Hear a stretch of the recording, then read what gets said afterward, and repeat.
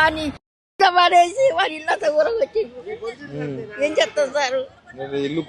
ఇల్లుది పోయింది. వాడు పెట్టుకోగా వాడు సాధారణంగా కమిటీ వాళ్ళని కూడా బాగు చేయాలని ఈ పెద్ద పెద్ద మినిస్టర్ గారికి ఏమో సార్ గారికి కలెక్టర్ సార్ మరి ఇప్పుడు మినిస్టర్లు కాళ్ళు పట్టుకొని అచ్చురాల బంగారం కూడా పెట్టి బాగు చేయాలి కమిటీకి నేను పేరు తెచ్చుకోవాలని చేస్తే వాడిని కూడా న్యాయం చేసారు సారు.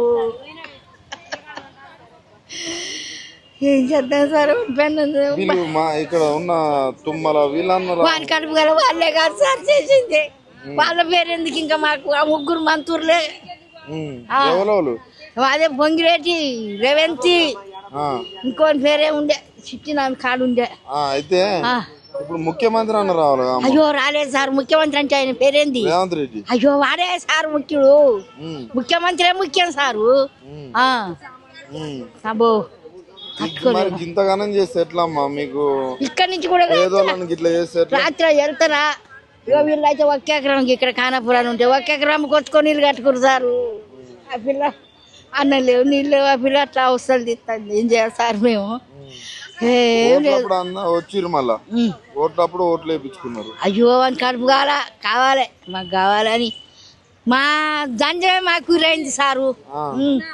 అంటే మీరు అప్పుడు అనుకున్నారమ్మా ఈయన గెలితే గిట్ట చేస్తాడని? అనుకోవాలి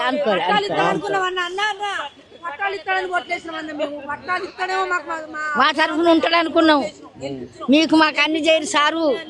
మీకు పాలతో అభిషేకం చేస్తాం సారు. మమ్మల్ని కాపాడండి, మాకు కరెంట్ ఇవ్వండి, మాకు నీళ్ళు ఇవ్వండి, మేము మీ వైపున ఉంటాం సార్ అని ఓట్లు వేసుకున్నాం సారు.